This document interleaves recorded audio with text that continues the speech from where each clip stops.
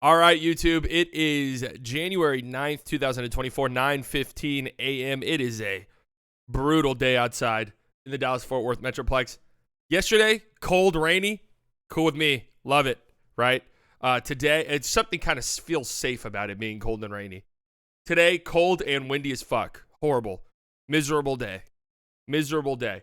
I forgot to get rid of this. We were listening to Mason Plumlee's rap song from 2015. Trust me, you don't want to hear it. You don't want to hear it. If you are watching this on YouTube, you can check these out live on playback.tv/slightlybiased. Every morning, 9 a.m. Central Standard Time. If you are watching this on playback.tv/slightlybiased, you can watch the VODs of these on the Slightly Biased Clips channel. These strangely do really well on the Slightly Biased Clips channel, at least relatively speaking to what I thought they would do. So, shout out to you guys on YouTube. If you're not subscribed to the channel, please do it.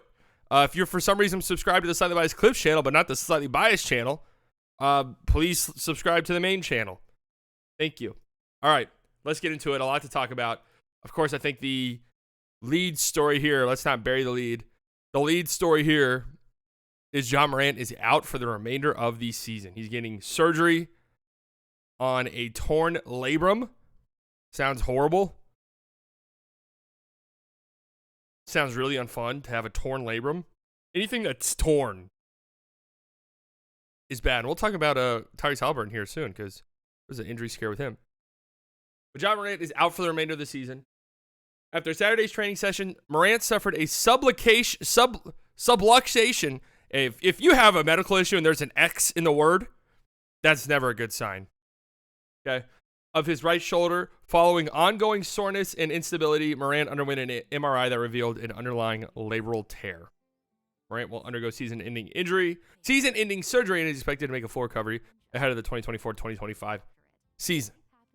So no ESPN's just playing the ads in the background. I mean, thanks, ESPN.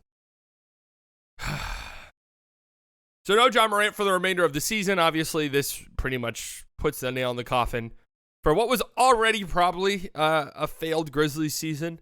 They are 13-23. Granted, they have won 3 of their last 4 games. They beat the Suns a couple nights ago without Ja Morant.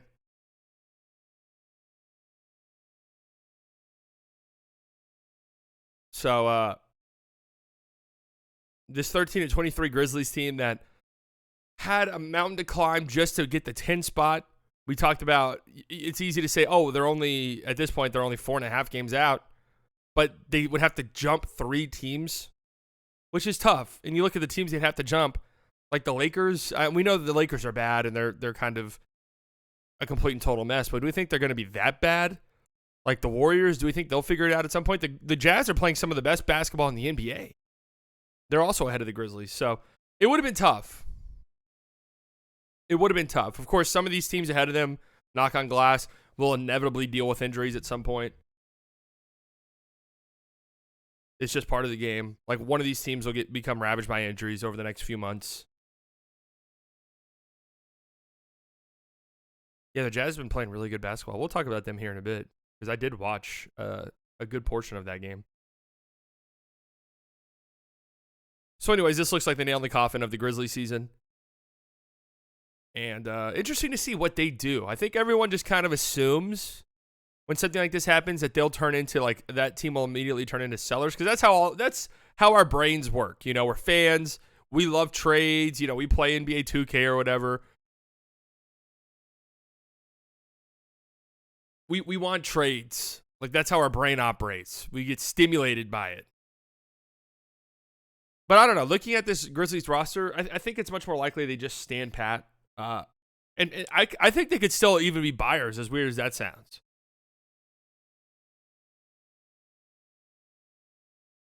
If that person that they're trading for is somebody who's under contract or somebody they know they can re-sign in an effort to, you know, prepare for next season. Just looking at the roster, I mean, Steven Adams is hurt. You're not going to trade him. Biyombo, I mean, whatever. Derrick Rose, I mean, whatever. Marcus Smart is interesting. $20 million a year for this year and then 2 more years after that. Could be somebody they look to move. They gave up, 2 firsts for him? Could be somebody that maybe they look to move and recoup some assets. But I'm still not even sure about that. And then you look at everyone else, like, I don't know, maybe Luke Kennard. Brandon Clark's not playing this season, more than likely. Everyone else is just really young. I mean, I don't really know what they do. It really just might be. A wasted season. I mean, that's just what it's going to end up being for the Grizzlies. Magic do John Isaac and a pick for Kennard. Vince Williams has been a revelation. Yeah, Vince Williams has been really solid for them, so it's not a complete and total waste. And they'll get presumably a decent pick in the upcoming draft. I don't know how strong this draft class is. I've seen people say it's been terrible. But we've seen draft classes that were supposed to be terrible end up producing pretty solid draft classes. So I guess we shall see. If you're Memphis, you just had to completely change your game plan around from contending to now doing a soft rebuild. They got to figure out a lot outside of Ja Bain and Jaren Jackson Jr. It's just weird because they're so young. They still have a really young roster. You know? Like the two oldest players are Derrick Rose and Biyombo. Guys who like aren't long-term plans for them.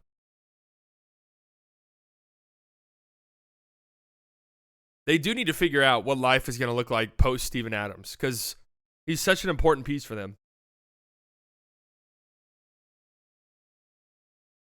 It'll be interesting to see what this team does moving forward. Is Gigi Jackson? He's the youngest player in the NBA, right? Isn't he the youngest guy? Yeah. So they're just a really young team still. I mean, John Morant is still just 24 years old. Jaren Jackson's 24. Bain's 25. These younger guys, like Vince Williams Jr. has been good this year, 23, but like Roddy just doesn't look like he's it. I'm just not really impressed with Roddy at all. Jake LaRavia doesn't look like he's it. Aldama's pretty good. Aldama's only 22, really? I would have pegged him for like 24.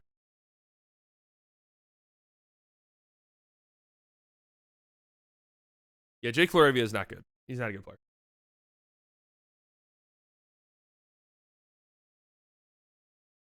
So it'll be interesting to see what they do. Maybe Marcus Smart gets moved. That would kind of shock me, though. I actually think they do nothing. Zaire Williams has had some moments here and there, but ultimately it looks like they kind of swung and missed on some of those first-round picks that really could have solidified them in the way like the Thunder have solidified themselves. Good morning, everyone. Did we have some coffee? Yeah, I got some Chick-fil-A. It's not very good. Fucking whatever. So that sucks for Ja. That sucks for the Grizzlies. Are you going to go over the Ringer's new top 100? Oh, they have a new one? We might look at it. Tyrese Haliburton. I'm sure we'll get updates later in the day if you're watching this and an update has come out. My bad. But Tyrese Haliburton had a pretty nasty-looking hamstring injury a night ago. And just from what I've heard, Twitter doctors say, literal doctors, to be fair, literal doctors. The video I watched was very unhelpful. But granted, it's hard to like really understand what's happening from a video. But fuck, this looks terrible, man. Oh my God. Oh, Lordy. Uh-oh, Twitter notification. Who could this be? Cade Cunningham will be reevaluated in 7 to 10 days. So Cade Cunningham's also dealing with a knee problem now. Lots of injuries going around.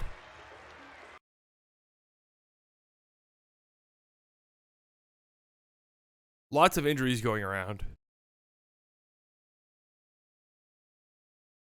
Knock on glass. Put your star in bubble wrap.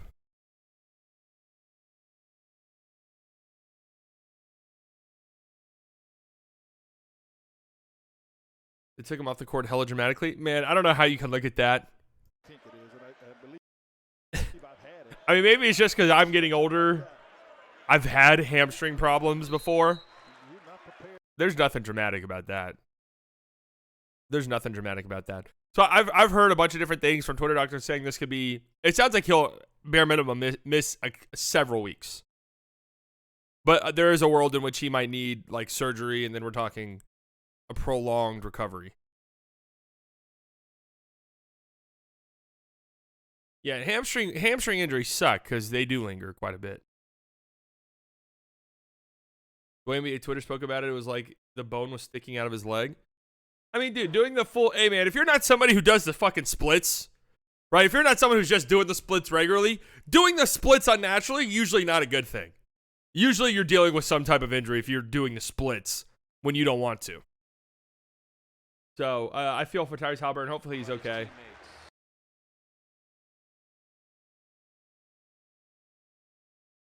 Hamstring strain is a little bit better than a bone break. Okay, well, yes, you are correct.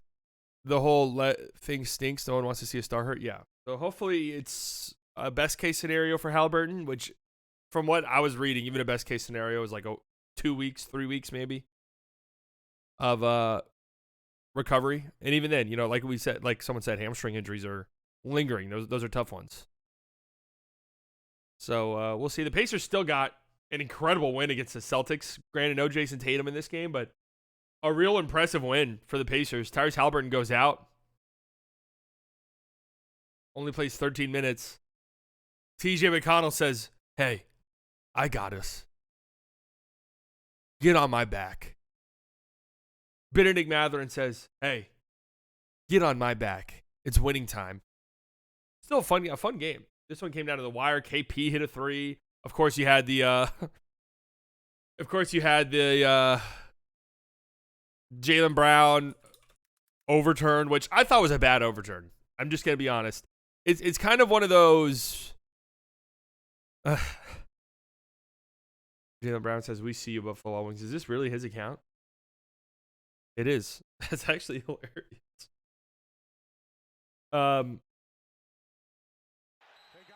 I can't believe that they overturned this call. Really, I can't. Now, I want to say Brian Scalabrine on the Celtics broadcast was going absolute batshit insane over this. This is why I really respect Mark Falwell and the Mavericks. This is why I really respect some of the other broadcasting teams around the league. It's cool to be slightly biased. It's cool to be slightly biased as a broadcaster, right? That's what you want. That's what you want to see. You want to see your broadcasting team care about your team, obviously, and favor your team. But at the same time, you want them to reel it in just a fucking tiny bit. You want them to reel it in just a little bit. Scalabrine sounded like he was going to, jump over the scores table and fist fight the refs. The Warriors team is terrible. The Celtics one is awful. Can't stand them. The Sixers one's really bad as well. I even think the Kings one can be a little bit annoying sometimes.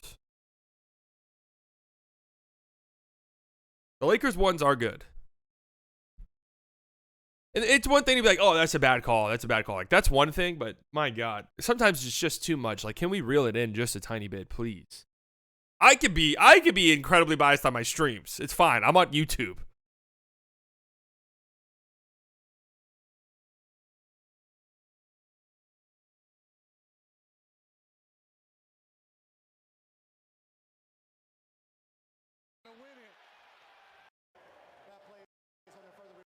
But this is a wild overturn to me. I mean, he clocked him on the side of the head. That is just absolutely insane.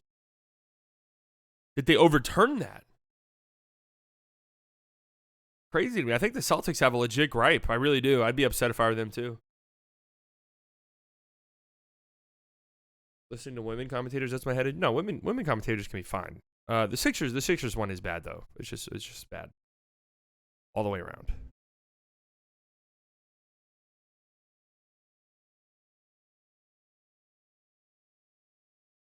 You miss a serious time. Does this take them out of the buyer's market and more into sellers? Haliburton?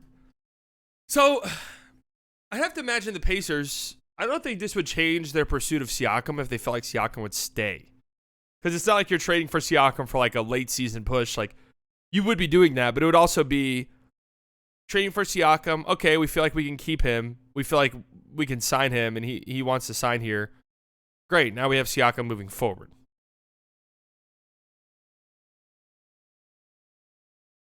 Predict the next big trade move. Well, there's just so much smoke around Siakam. And they've already kind of committed to trading, guys.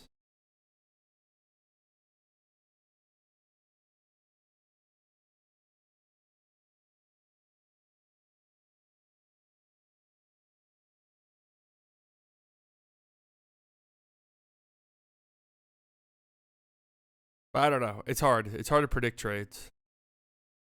It's usually the one you least expect.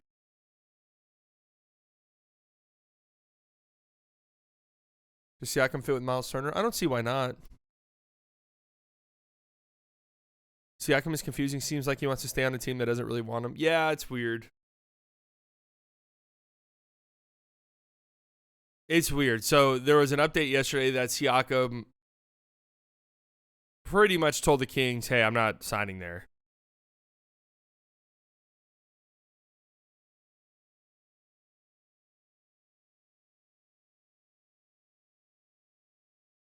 And so that's why the talk with the Kings kind of fell through. Which does kind of bear the question. Is there a list? Does Siakam have a list of potential destinations he's cool with so that a trade can get rolling? Or is this going to be like Siakam has ultimate leverage, I guess?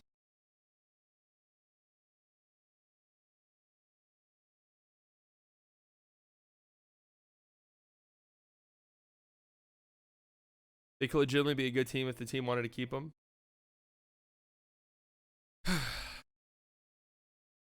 It's interesting. It's just interesting to see how this is all going to play out. The ball is in Siakam's court. It really is. He's basically doing pre-free agency right now.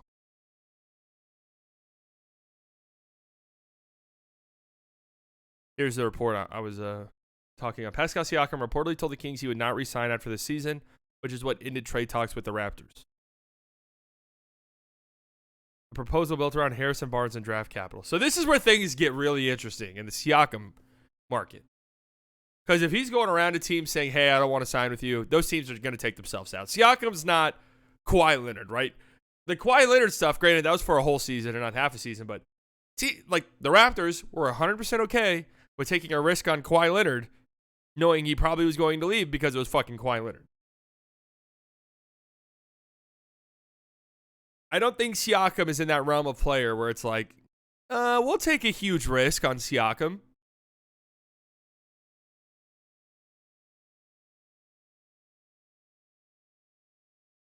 So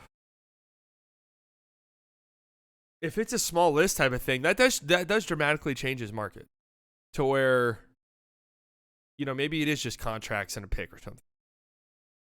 But then if you're the Raptors, does it just make more sense to be like, all right, Siakam, we'll give you the contract you want. Maybe we'll run this back, see how you fit, a little bit more. And maybe down the line, we could trade you when you have like a longer contract. But then if I'm Siakam, I'm like, you know what? Fuck you. Because then you're just going to trade me to a place I don't want to go.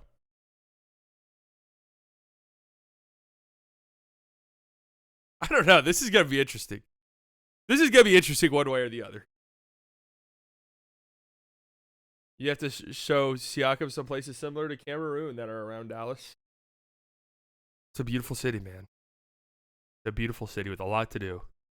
A lot to do that doesn't involve drinking.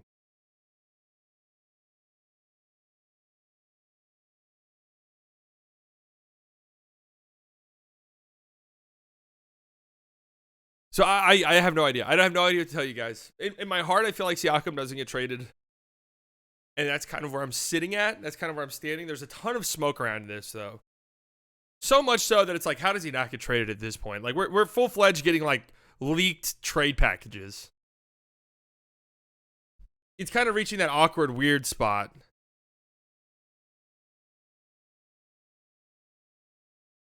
Wiggins for Siakam makes sense. Wiggins back to Canada. All right, Bill Simmons.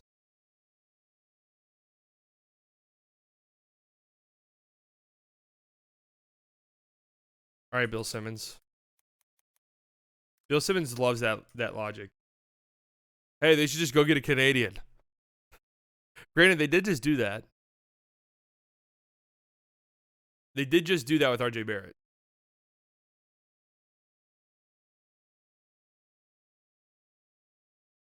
Yeah, send Wiggins to Toronto and give me Kuminga in a 3-team trade. Yeah, there was a 3-team trade involving the Mavericks, Warriors, and Raptors, and the Warriors are getting Siakam. The Mavericks are getting Wiggins. They're not somehow landing Kuminga in that deal. Unfortunately.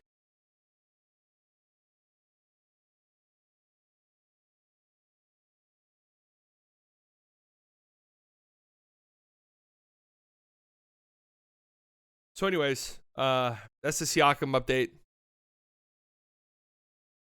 It's interesting. We have around a month or so until the trade deadline. So we shall see. We shall see how this all plays out. Couple other games from last night. Bulls Hornets. Just caught some highlights from this one. Rozier, 39 points. He's kind of been going crazy. Like, Terry Rozier's kind of been going crazy. So another thing, too, I want to point out here. I've been thinking about this for a while, but now I want to just come out outright and say it because I've heard some Mavericks fans bring this guy up. I'm out on Nick Richards. I think he's terrible.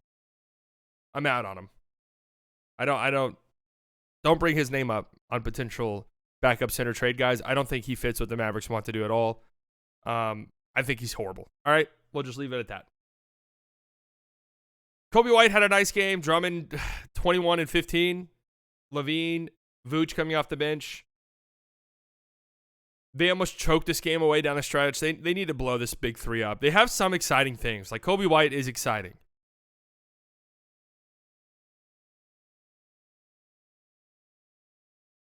Yeah, Levine and Vucevic are both coming back from injuries, and they played 36 and 30 minutes. So they played starting minutes, but PJ, thoughts? What'd you give up for him? We talked about PJ Washington earlier in the stream, so would be somewhat interested, I guess. Thunder and Wizards. The Thunder have I'm monitoring this. I'm circling it. I'm just kind of locking it into my brain, just thinking about it over the coming weeks. The Thunder are entering a weird stretch here where they're not playing the best basketball. They get an ugly win. And hey, that's what good teams do. Good teams win ugly games, so you're out. You walk out with a win. Are you out on Miles Bridges? No thanks. For a lot of different reasons.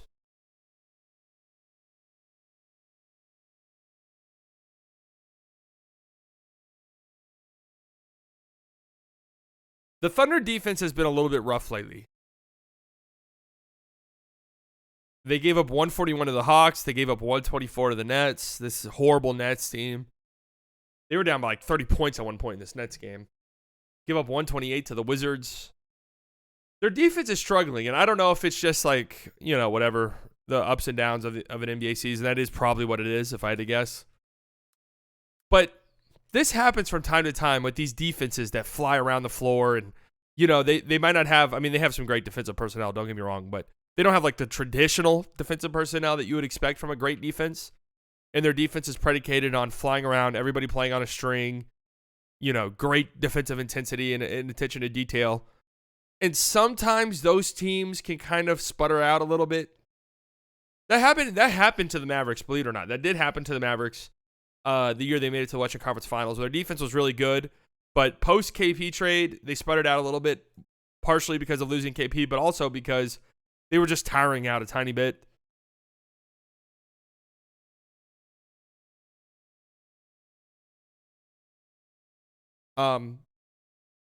But even then, is this where the Thunder are at, where they're 2 losses, in their last 10 games? Whatever this is. Is that where we're at? Are they that good? Or we're like hyper-analyzing those? 2 losses in one game?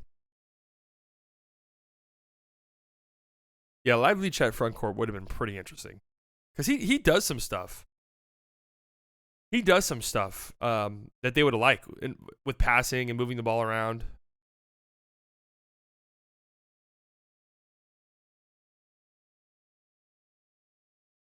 I still think they'll be fine, but I'm bookmarking it. I'm bookmarking it. Because if this defense just drops off a tiny bit, that changes things quite a bit for me.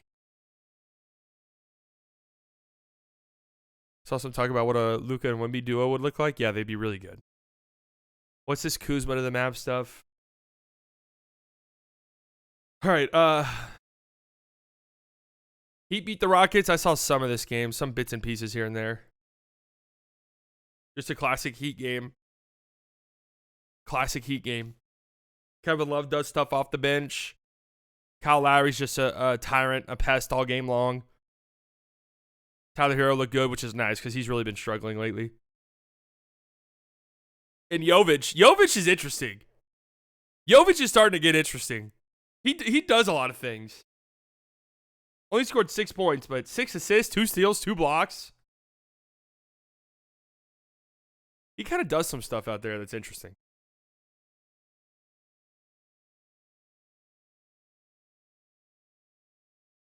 The Heat are just quietly 21-15. Been dealing with injuries all year. Jazz beat the Bucks. This was a crazy game. The Jazz were up by, good God, how much were the Jazz up by? 33 at one point. Jazz were up by 33 at one point. The Bucks go on a crazy third quarter, start of the fourth quarter run to bring it within, I believe, 8 points was the closest this thing got, maybe 7 points. They roared back, but unfortunately for the Bucks, the Jazz did end up closing this game out. The Jazz, very quietly, are just playing some of the best basketball in the league over the past several weeks. Is Lowry an elite rebounder? Lowry's just him. Maybe not an elite rebounder, but he's just him. He's fucking good. But good contributions in this game from Kelly Olynyk, who's getting into it with Bobby Portis. That was funny to watch. Keontae George had a good game. Jordan Clarkson off the bench. I mean, this is a team that's playing well. They're well coached. They're only 2 games below 500. You would think that they're probably sellers. Like, you would think that Olynyk's probably on a new team. His contract's expiring, I believe. So it would make a lot of sense to trade him. It would make a lot of sense to trade Jordan Clarkson. But at the same time, I don't know. They could most certainly be a play-in team.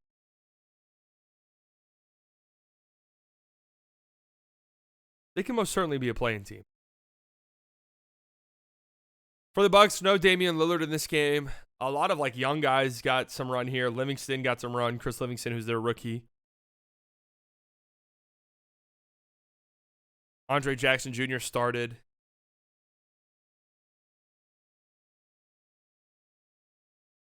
I don't know, man. I just don't know. The Bucks, their record's 25-12. I'm telling you, they're not that good. They're not as good as their record indicates. That's just how I feel. They're not as good as their record indicates.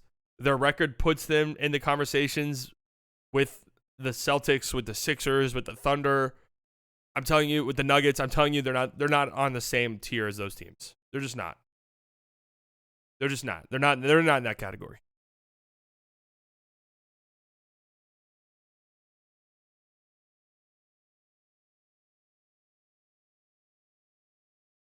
Do the Bucks make it out of the first round automatically in the West? I honestly don't think you could say any team is automatically making it out of the first round of the West right now. Because the 2 top seeds, minus the Thunder, the 2 top seeds are currently the Timberwolves and the Thunder.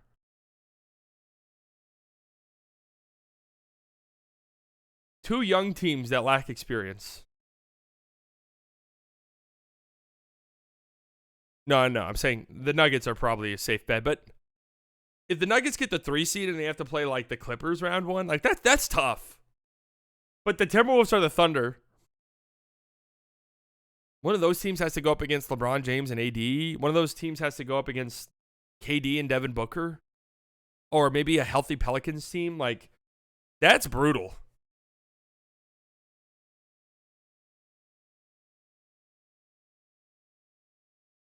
That's brutal for a 1 seed.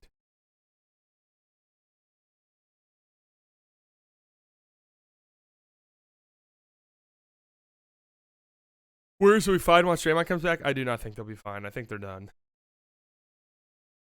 Stick a fork in them. And the Suns lost to the Clippers last night. Suns' big 3 plays. Were they missing anybody of note? The Suns? I'm trying to think. I don't think so.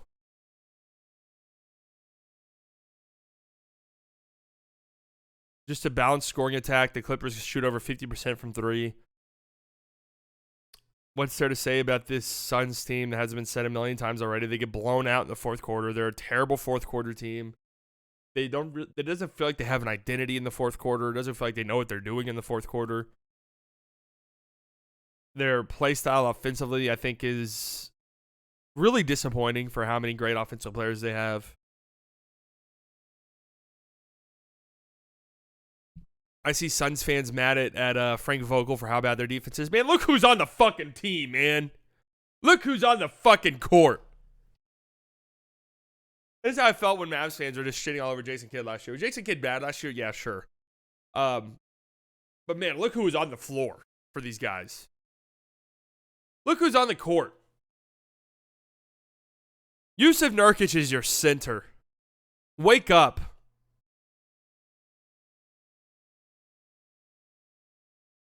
What do we do with the Suns team? Are they just who they are? Like they'll have stretches where Booker and KD and Beal are all going off and they look really good and tough to beat. But then they'll just have stretches where those guys are maybe struggling a tiny bit and their defense is so shit that their offense can't struggle a tiny bit or else they're doomed. Like that's just who they are. They're just kind of middle of the pack.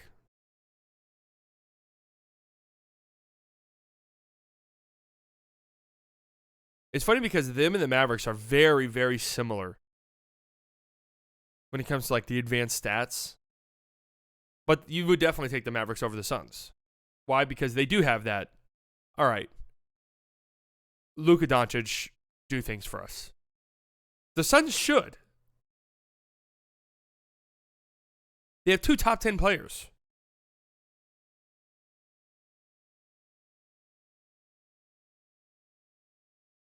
But they don't have that. Like, okay, we need something. Devin Booker, go out and save us. KD, go out and save us. They lack that. Why do they lack that? They shouldn't be lacking that. Is Devin Booker really? Devin Booker's got like 8 years left. 1, 2, 3, 4, 5. Devin Booker has 5 years left. I already talked about the Jaw stuff.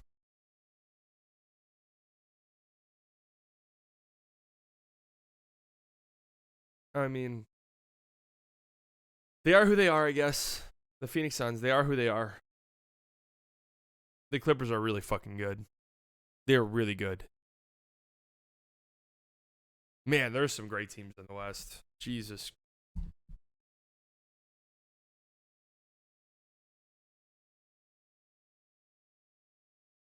Beal's cooked on a $250 million no-trade clause contract. I mean, what a horrible trade that was. It makes no sense.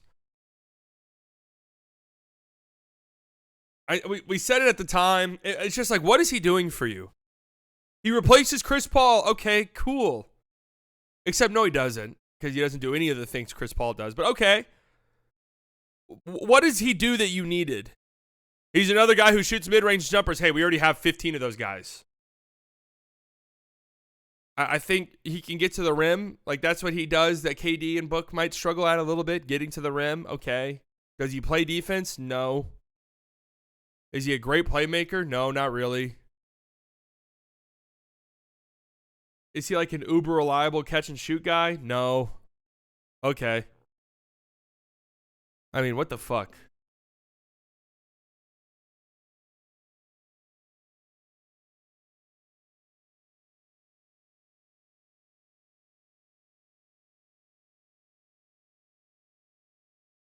The Ayton for Nurkic deal just makes no sense. It made no sense to me at the time, and it makes no sense still.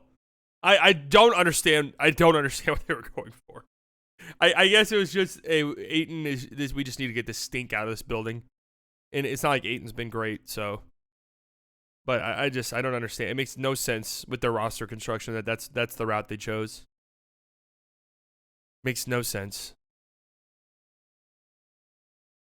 I was told that Nurkic was an upgrade defensively. That was one of the wildest storylines going around. That was one of the wildest narratives. It's weird, too, because I was thinking about this today, because I was looking at the Sun subreddit, and they were blasting Vogel. If memory serves me correctly, Vogel, he was hired before the Nurkic-Ayton trade. Vogel seemed legitimately, it could just be coach speak, but he did seem like legitimately pumped.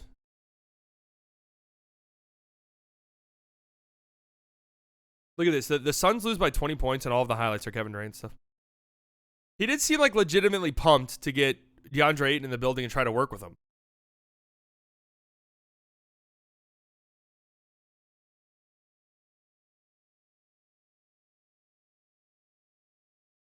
Greetings from Slovenia. We love your podcasts and streams. Well, greetings, Slovenia. That makes me happy because there are some Pennsylvania people who for some reason think I don't like Luka, which is very far from the truth, obviously.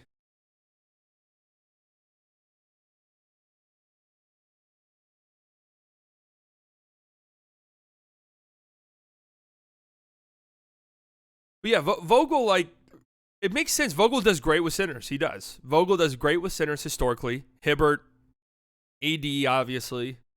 He even got like the absolute most out of end of career Dwight Powell, JaVale McGee during that bubble run.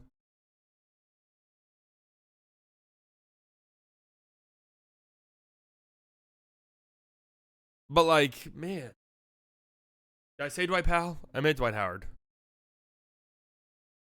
Whoops. A lot of people compare Dwight Powell's defense to Dwight Howard, so that's why I got a little confused there. All right, let's look at this ringer list. Top 100. What's Dame doing on the front? Are they showing how Dame's fallen off a little tiny bit? Jokic number 1. Okay, good. You ready to get mad? Really? Embiid 2, Giannis 3, Luka 4. All right, I'm not mad about anything so far. See, whenever I do my top 100 list, it's like I try to be as in the moment as possible. I try to be as in the moment as possible. Giannis had a triple-double last night. I think his pass get to 10 assists was so funny. Some of these like look away passes are so funny that it really makes you appreciate the masters at it, like Luka Doncic. When it comes to looking a defender off, actually looking at a guy that you could feasibly pass the ball to. The defender takes one step, boom, we pass. Giannis had a no-look pass get to 10 assists where he looked at nobody. I hate those type of no-look passes.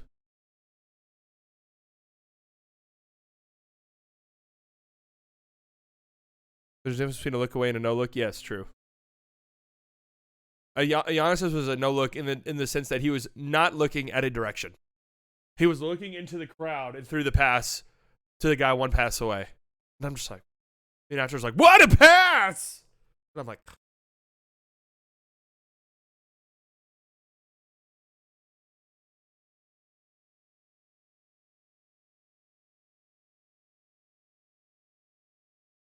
no, Haliburton gets, I think, an unfair rep. He looks off defenders. It might look a little bit goofy, and he does add a little razzle-dazzle. The Spurs are interested in DeJounte Murray. I don't know. Is that maybe the right spot for DeJounte? I doubt it.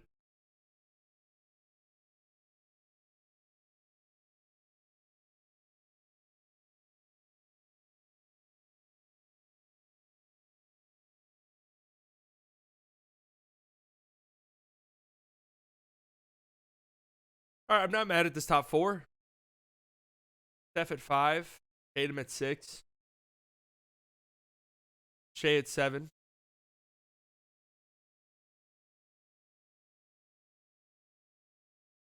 So the ringer does it like, you know, we're not overreacting to several months.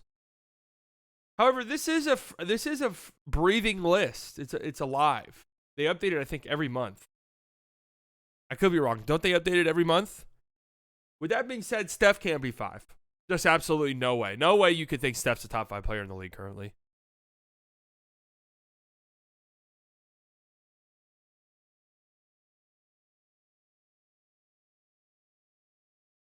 There's just simply no way Steph can be top 5. He hasn't been a top 5 player this season. I think Shea, I mean, I do get it though, because again, mine's more reactive to the season we're having, whereas theirs is more just factoring in previous years and stuff. So, you know, Tatum has been how many conference finals in a row? Steph is Steph. Moving forward, though, who are you taking? Steph Curry or Shea? I could definitely see people saying Steph. Tatum or Shea? Who's taking Tatum in that? Who's taking Tatum over Shea?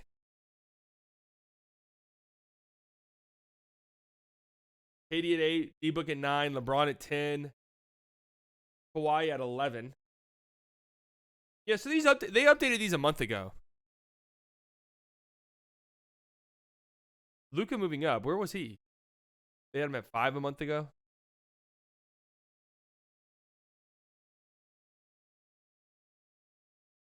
They have not decided whether this is a current rating or all-time current player NBA, current playing NBA players rating.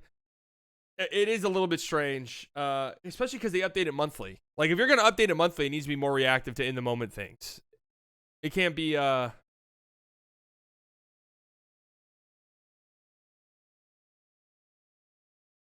can't be like, well, remember a couple years ago, Steph won the finals.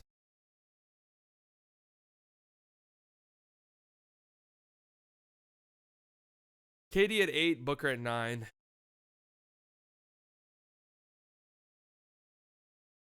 Haliburton up at 12.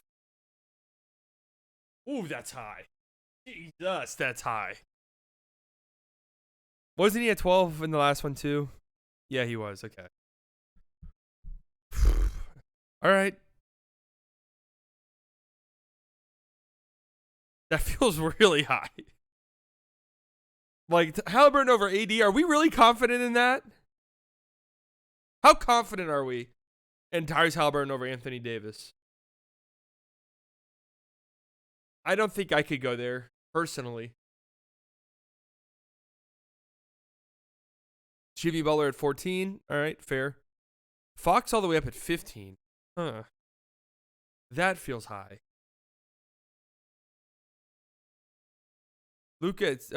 Dame at 16. Ant dropping a little bit to 17. There might be an argument AD clears right now. AD clears Haliburton? I don't think there's much of an argument. I think AD is... I don't know. It's tough. It's tough. You're comparing different positions. It's kind of different.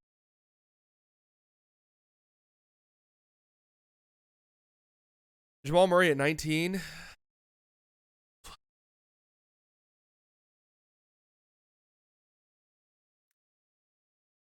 Feels high.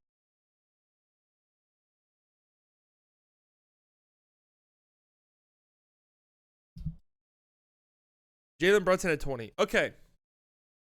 All right. Championship tax, fair. Championship tax for Jamal Murray, fair. I'm taking Brunson over Jamal Murray, though. Just in terms of like who I think's a better player.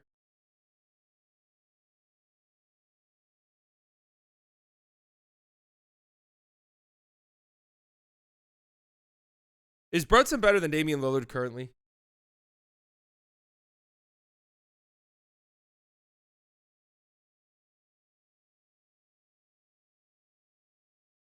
John Morant at 21.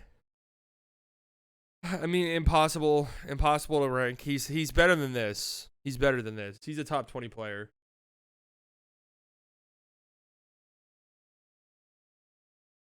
But has only played 90 games this season, and now he's going to miss the rest of the season. So how do you even rank him? Sabonis at 22.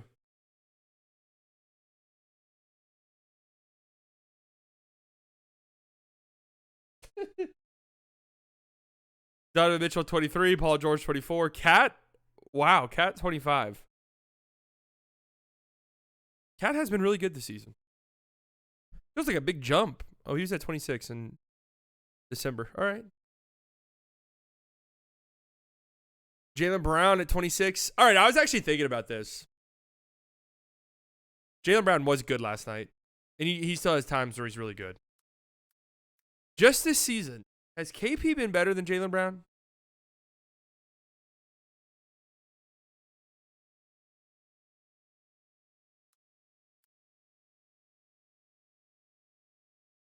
I think it's close. Kristaps has been really good for them.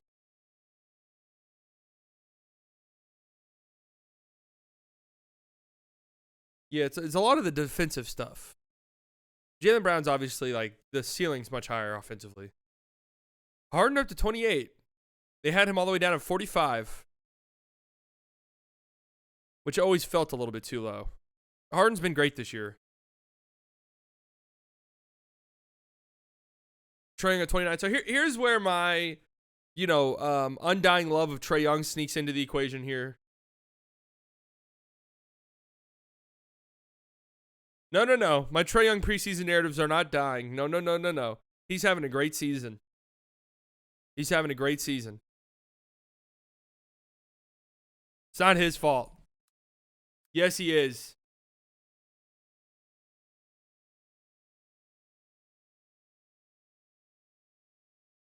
I'm looking at his stats right now. 28 points, 11 assists.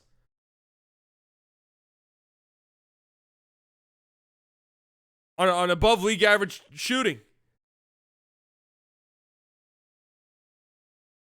That's despite a horrible start to the season.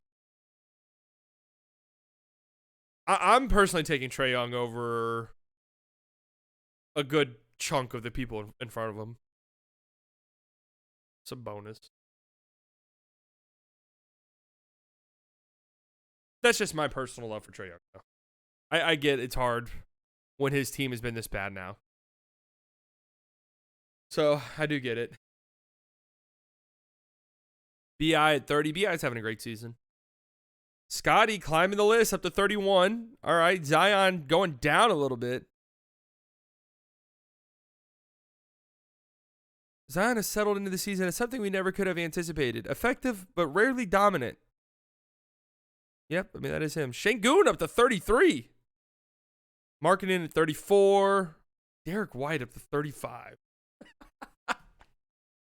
Wow. I mean, he's fucking good.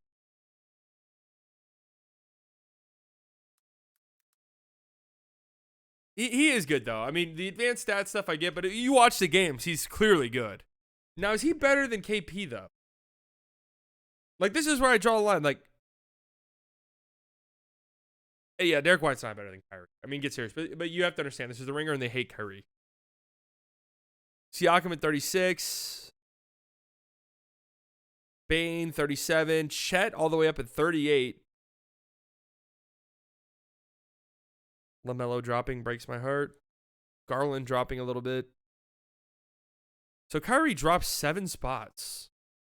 I guess it's taxed for missing the entire last month, pretty much.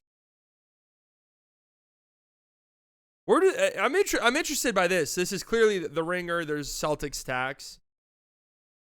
This feels already kind of too low to have KP.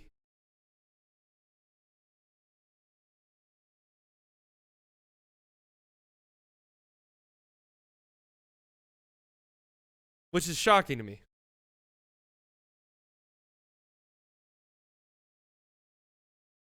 Gobert at 42. Jaren Jackson Jr. 43. Paolo at 44. Mikal down to 45. They got Drew in front of KP. So they got KP as the 5th best player?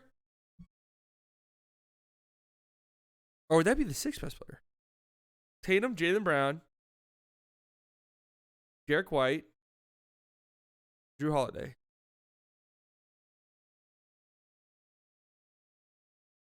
This actually does feel a little bit low for Julius Randle.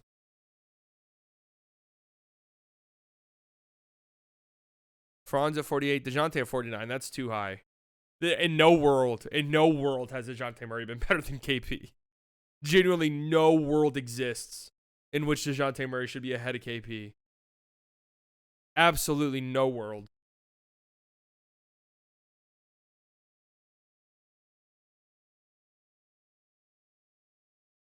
Vic at 52.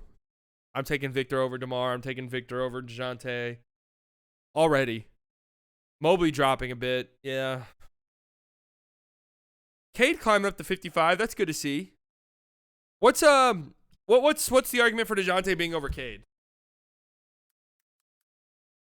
Cade Cunningham playing on a 3-win team tax. Is that what it is?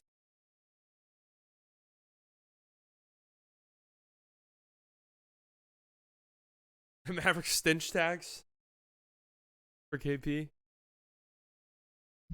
Wow, they got Jalen Williams at 57. I mean, yeah. Chris Middleton has been playing better lately. Beal down to 61. Levine all the way down to 64. Yeesh. Draymond all the way down to 65. Any like really interesting ones? We're now just entering the tier. Jaden McDaniels, really kind of a disappointing season for him. A lot of different ways. Brogdon. Is this just the old Celtics tax?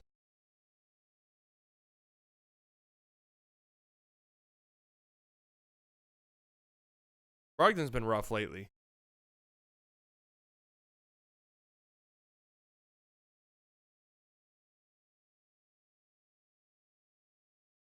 Chris Paul, Jalen Johnson, Jalen Suggs, Kobe White.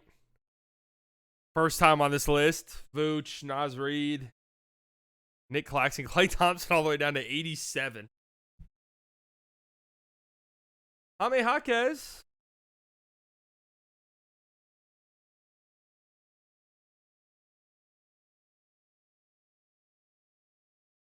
KCP, Terry Rozier. It's got to be his first time on the list. Are we not going to get Derek Lively? Wow, that's a little depressing. That's a little depressing.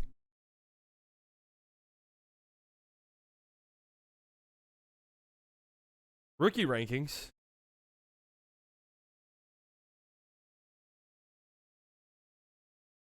Haley, all right, Lively 4. We could take that. We could take Lively 4.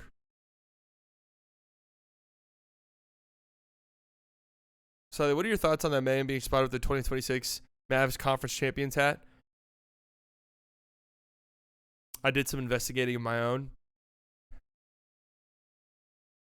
When the lid blows off of this, guys, the world will never be the same. I'll just say that. I don't know. Top 100 lists are weird. I guess I can't really like uber criticize anything until I sit down and make my own, which I will around the All-Star break. So just immediately off the top of my head, Steph can't be top 5 anymore. I know it sounds blasphemous, but there's just too many guys playing really well, I think, in my opinion at least. Haliburton at 12 just seems shockingly high, but I don't know. Maybe that is around where he's at. Now that I'm looking at the players sort of around him, yeah, I guess that kind of does make some sense. Jamal top 20. Sabonis 22. That just feels so high to me. I'm sorry. I really can't do the Sabonis thing. I know the regular season stuff's incredible. Man, you watch this guy play, his entire offense is fucking elbowing the shit out of you. That's his entire offense. Yeah, Kyrie at 41 is horrible as well. I mean, what can you expect? What can you expect?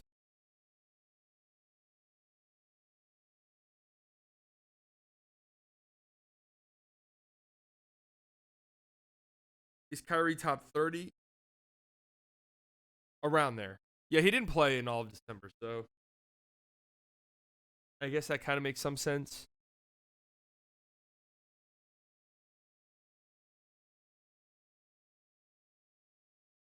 So according to this list, if we get Siakam, then he would be our second best player. According to this list, yes.